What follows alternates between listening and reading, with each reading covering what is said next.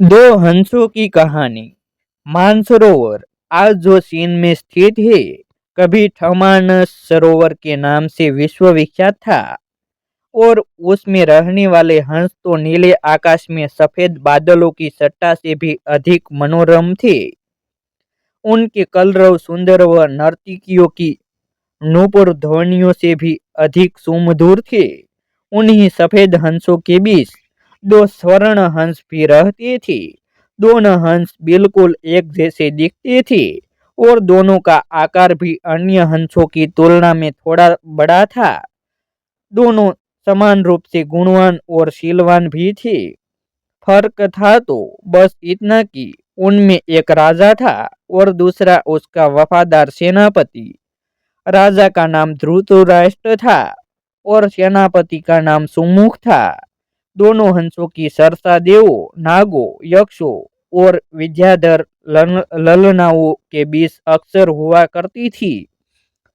कालांतर में मनुष्य योनि के लोगों को भी उनके गुण सौंदर्य का ज्ञान होने लगा। वाराणसी नरेश ने जब उनके विषय में सुना तो उसके मन में उन हंसों को पाने की प्रबल इच्छा जागृत हुई।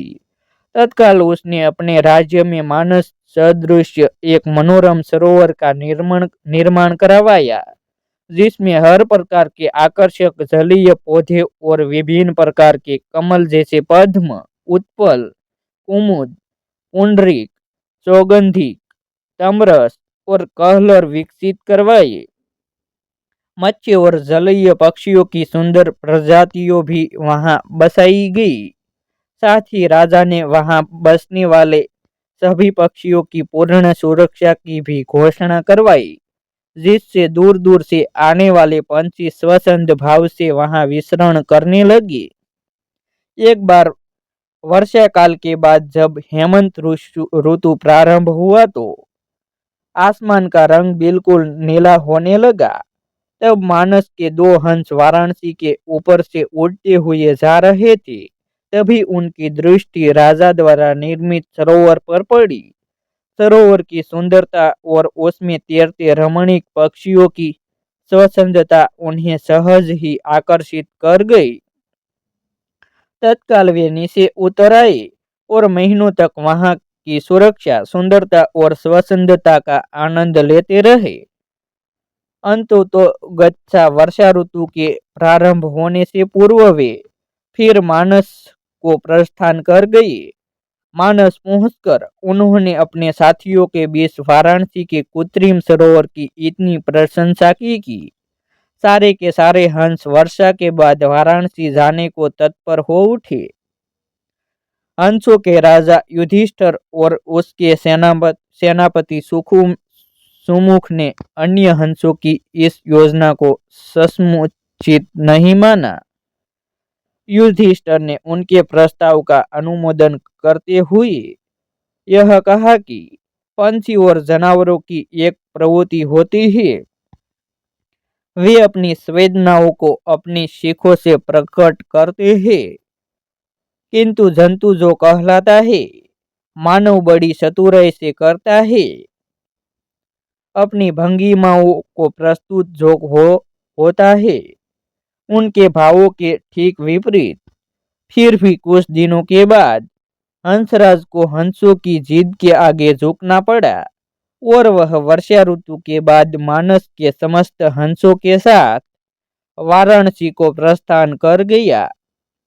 जब मानस के हंसों का आगमन वाराणसी के सरोवर में हुआ और राजा को इसकी सूचना मिली तो उसने अपने एक निषाद को उन दो विशिष्ट हंसों को पकड़ने के लिए नियुक्त किया।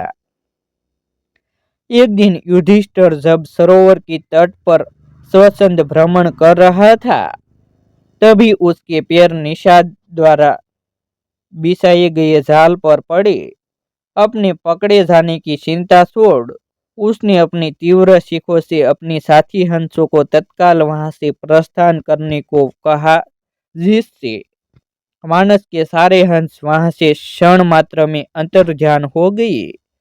रह गया तो केवल उसका एकमात्र वफादार हमशक्ल सेनापति सुमुख। हंसराज ने अपनी सेनापति को भी उड़ जाने की आज्ञा दी, मगर वह दृढ़ता के साथ अपने राजा के पास ही जीना मरना उचित समझा। निषाद जब उन हंसों के करीब पहुंचा तो वह आश्चर्यचकित रह गया, क्योंकि पकड़ा तो उसने एक ही हंस था, फिर भी दूसरा उसके सामने निर्भीक खड़ा था। निषाद ने जब दूसरे हंस से इसका कारण पूछा तो वह और भी चकित हो गया, क्योंकि दूसरे हंस ने उसे यह बताया कि उसके जीवन से बढ़कर उसकी वफादारी और स्वामी भक्ति है। एक पक्षी के मुख से ऐसी बात सुनकर निषाद का हृदय परिवर्तन हो गया। वह एक मानव था, किंतु मानव धर्म के लिए वफादार नहीं था।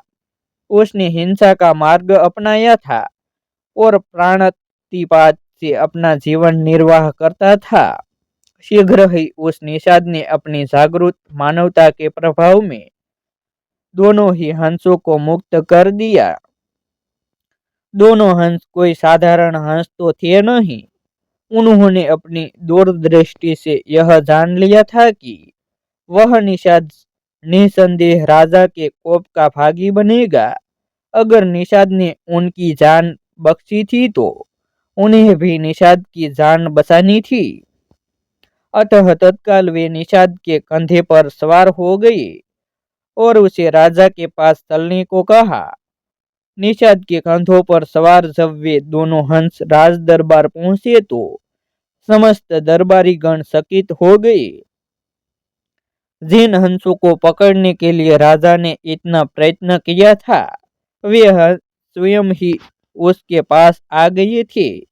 विस्मित राजा ने जब उनकी कहानी सुनी तो उसने तत्काल ही निषाद को राजदंड से मुक्त कर पुरस्कृत किया। उसने फिर उन ज्ञानी हंसों को आतिथ्य प्रदान किया तथा उनकी देशनाओं को राजदरबार में सादर सुनता रहा। इस प्रकार कुछ दिनों तक राजा का आतिथ्य स्वीकार कर दोनों ही हंस पुनः मानस को वापिस लौट गए।